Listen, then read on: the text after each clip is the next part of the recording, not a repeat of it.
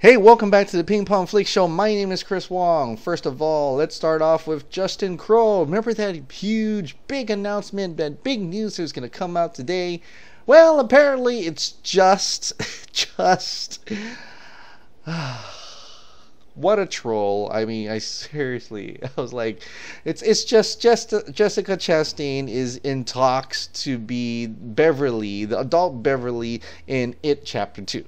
Yeah, ooh, big news. Okay, well, if you really care, then good for you. I'm sorry, but I don't care. But wow, that was a real big hype up, and I mean, he really never said it was DC anyway, but he hyped it up. It was like such a huge news that even when it came out, his own co-scoopers Jeff Snyder and El Mayimbe gave him a little bit of shade. All these fans got triggered. They were ripping him apart. Even when he was like hinting James Bond type stuff, Bond fans were ripping him apart. It was laughable. It was completely laughable. We all got Justin Krolled, and he's at it again. I'm serious. He's at it again. Just literally 4 hours ago, or at least the time of this filming, he's tweeted out this: "Wouldn't it be funny if the actual big news was still coming and the Chastain stuff was just a stall till it was ready? Wouldn't it be? I think it would." And I tweeted the Rick Road. Batman News did the Batman thing. Film Gob said shut up with Rachel McAdams. A lot of people tweeted sure Jan. There's a lot of people tweeting sure Jan. That's like the number one tweet towards him, sure Jan. So I don't know what's gonna happen. Is it going to be big? I'm not going to be really hyping it anymore. I'm seriously, like, if it comes and it drops and it's huge, then it's great. But right now, man, Justin Kroll. I don't want to be Justin Kroll again, right? But that's for that. So if you were expecting something huge, I apologize. Nothing of that actually happened. It could happen, but so far nothing happened. At least we had some bit of DC news today, and this actually comes from Heroic Hollywood. Bless their soul for actually putting this out because of that Justin Kroll disappointment. Apparently the Hollywood Reporter has revealed that Warner Brothers executive Chantal Nong, I don't know if that's Thai, has been named Vice President of Production at DC Films. Nong, whose previous franchise credits include Godzilla and 300 Rise of an Empire, will assist in the development and production management of DC Films' current slate of projects, which includes James Wan's upcoming Aquaman film, as well as Shazam, which currently is in production in Toronto. So the move comes almost 2 months after Warner Brothers promoted Walter Hamada to oversee the DC Films division at the studio. Hamada, who is now working closely with DC Entertainment President and Chief Creative Officer Jeff Johns, took over for John Berg, who stepped down to become a production partner with It producer Roy Lee. In addition, casting for the highly anticipated Wonder Woman sequel is about to get underway and will be next in line to film, while Flashpoint and Joss Whedon's Batgirl film are likely to be in tow. John Francis Daly and Jonathan Goldstein, the duo behind Vacation and Warner Brothers' upcoming comedy Game Night, who also worked on the script for Spider-Man Homecoming, were recently revealed to be in talks to helm the long in-development standalone Flash film. Aquaman is currently slated to hit theaters December 21st, 2018, followed by Shazam April 5th, 2019, and Wonder Woman, which is slated for November 1st, 2019. So, there's that. Chantal Nong has been named DC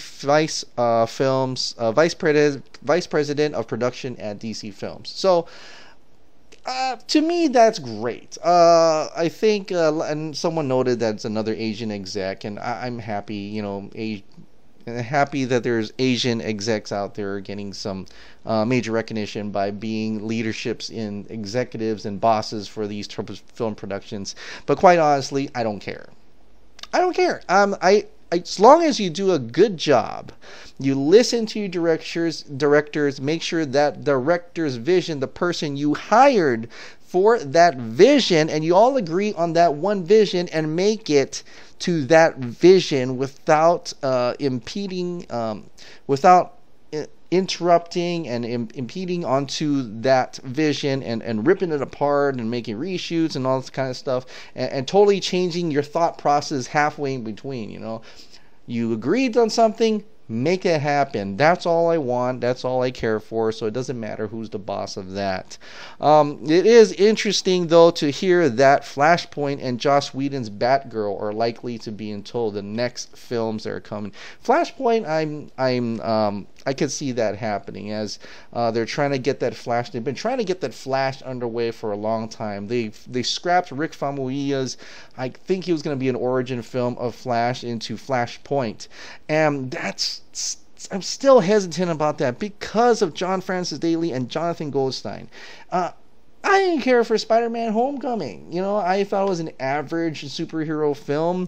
It had some good parts of it, but most of it's just lackluster to me. Vacation it was a silly, funny, but it's nothing spectacular.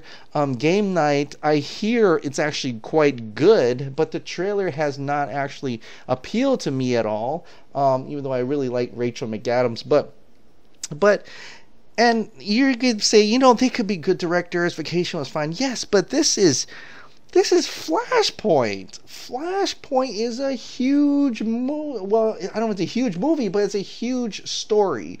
It's a very important story. It has a lot of serious undertones. It's not really a comedy.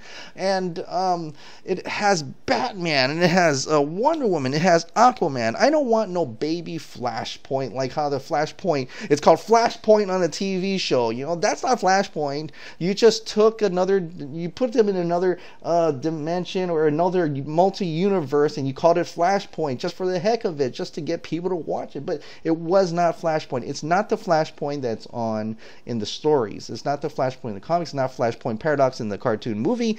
I'd rather have that, and I don't know if these two are ready for that type of movie. So I don't know. I'm still hesitant until I see a trailer and until we hear more about it. But right now, I still feel like they should just do a origin Flash with Ezra Miller, maybe just a one villain type thing, instead of trying to tackle such a big property like Flashpoint, and actually do it justice. I just no pun intended, but I really hope it comes out good. Joss Whedon's Batgirl, like Joss Whedon, I mean, he's a great director for like Avengers Age of Ultron, even though there's some stuff, but and some stuff is good. Firefly, yeah. Buffy, yeah. He could make some strong female characters. I'm just not really into that right now, and I feel that he's gonna be a detriment to Batgirl, especially what had happened. What I believe is them bringing on Joss Whedon with the promise of you can make Batgirl, and now they're just fast tracking Batgirl because of that contractual obligation, because it's a pretty much an you owe me one for helping you finish Justice League half-heartedly, or at least whatever the time he had, and here's Batgirl for you, throw it in there. I can promise you there is going to be someone falling down and falling on top of Batgirl's boobs, face planting on that scene's going to happen. I mean, it's just, if he can make it like a dark, serious, a more serious type movie, and just keep those jokes at a minimum. But I don't know. I'm still kind of hesitant on that, and maybe it's because of what happened with Justice League that I'm not totally on board with that. But we'll see. I mean, if the trailer comes out, the movie comes out, and it's great, then I'd shut up. I'd say, all right, all right, you got it, you got me. I mean, what else you got? But I feel like this is just a contractual obligation. They want to rush him. They want to rush it out, get Joss Whedon out of here, out of the DC camp. Maybe, I don't know, and move on with that. But we'll see. We'll see what happens later on with that. But speaking about producers actually making their directors doing what the director's vision and see it go all the way through. There is a wonderful piece it's an opinion piece from the Washington Post, and this is by Sonny Bunch. The title of this piece is "The Zack Snyder Era of Superhero Movies is Over. You should be sorry to see it go." And at first, people were posting this, and I was like, oh, is it going to be another negative or something?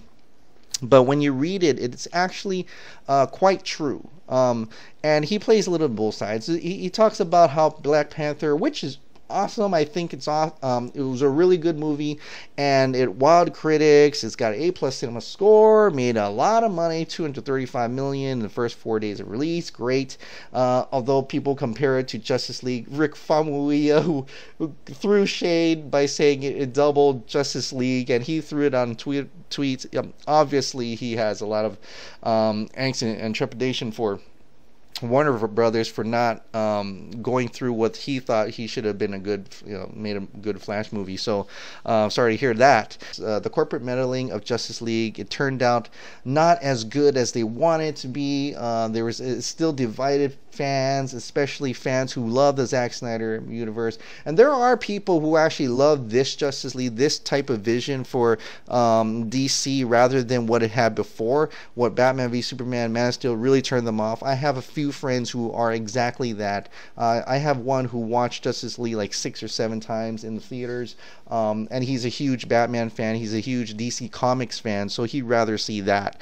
But to each their own. But what he wants to mention, this guy in Washington Post, Sonny Bunch, is that what Zack Snyder had in this DC Extended Universe was different from what was in the Marvel Universe. It was a unity of vision, both ideological and aesthetic, to Warner Bros. Effort at countering Disney's Marvel Cinematic Universe. Okay, I'm gonna re-quote some lines out here.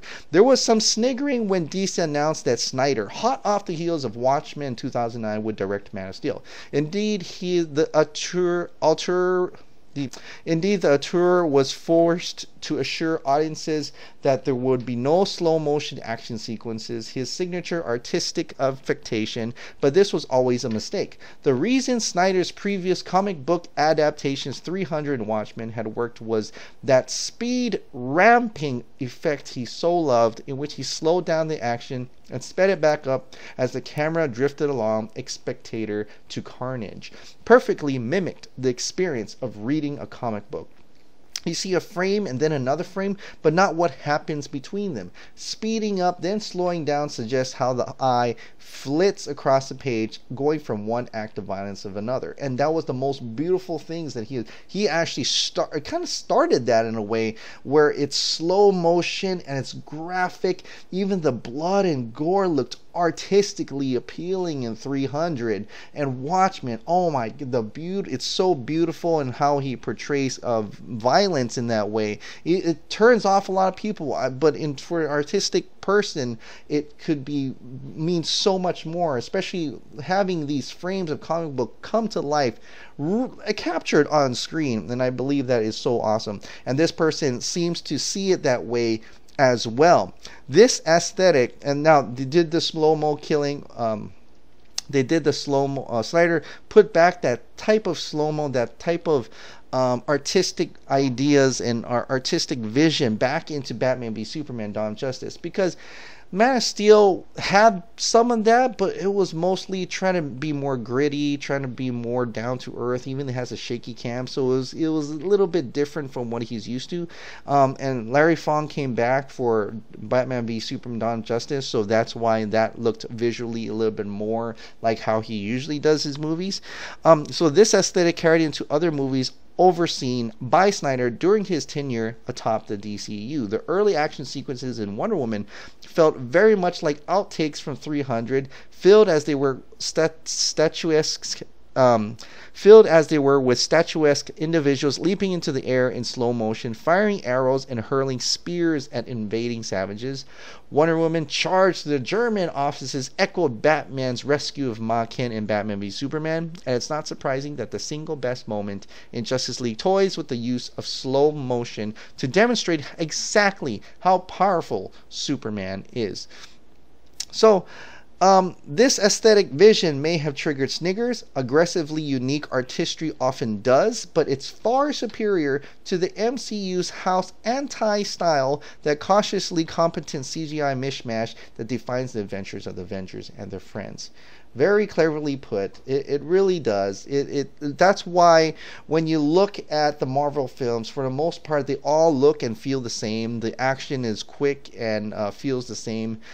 There is none of that real slow motion. There's no artistic artistic style to it. There's no stylistic to it, and that's one of the things that Zack Snyder can put apart, is that he has a visual style to his movies that it identifies. It actually slows things down to appreciate the art, and that's why he's so good at action, and that's why Patty Jenkins actually brought him on board and says, can you help me with the action pieces in Wonder Woman? And it really came out very well good. So he suggests that there is no idea behind the Marvel films writ large, no overarching thought. And one of the reasons Black Panther is so interesting is that there's a philosophical struggle at its core, a messy tussle between security and safety on the one hand, and the duties we have to the weaker amongst us on the other. And some of the other Marvel films have tinkered with notions larger than heroes good, villains bad. Winter Soldier was about the iniquities of drone warfare and dangers to civil liberties posed by too powerful government, while Civil War is about the hazards of occupational licensing. Too often, however, some all-powerful thingamajig is controlling by a hulking, forgettable, oddly colored bad guy who wants to either take or destroy the world. But this is how Zack Snyder's movies are different, and he points it out here. There is a unity of vision to the Snyder-led DC films that is simply lacking over at Marvel. The idea, beginning with Man of Steel, was a simple one. What would happen if gods appeared on Earth? Snyder's reboot of Superman asked us to consider what responsibilities a man with godlike power would be willing to accept. Batman v Superman asked how the world's most powerful men, batty billionaires and tech giants alike, would react to instantly finding themselves lower on the food chain. How would they protect humanity from the new monsters in their midst? Suicide Squad, meanwhile, asked how the government might respond to such an invasion, while Wonder Woman was all about the need for gods, or at least a demigod, to understand that free will sometimes leads to death and destruction. And that is what is different from the current DC Extended Universe before Justice League, and what may become an after Justice League, and how different the DCEU was before, was Zack Snyder using his overarching vision, or actually asking the difficult questions, making these movies more important than just good guys versus bad guys, good versus evil. He actually put some thought into those characters, put some thought into the questions and the answers that he gives you. You may or may not like the answers you see on screen, but he dared to ask them.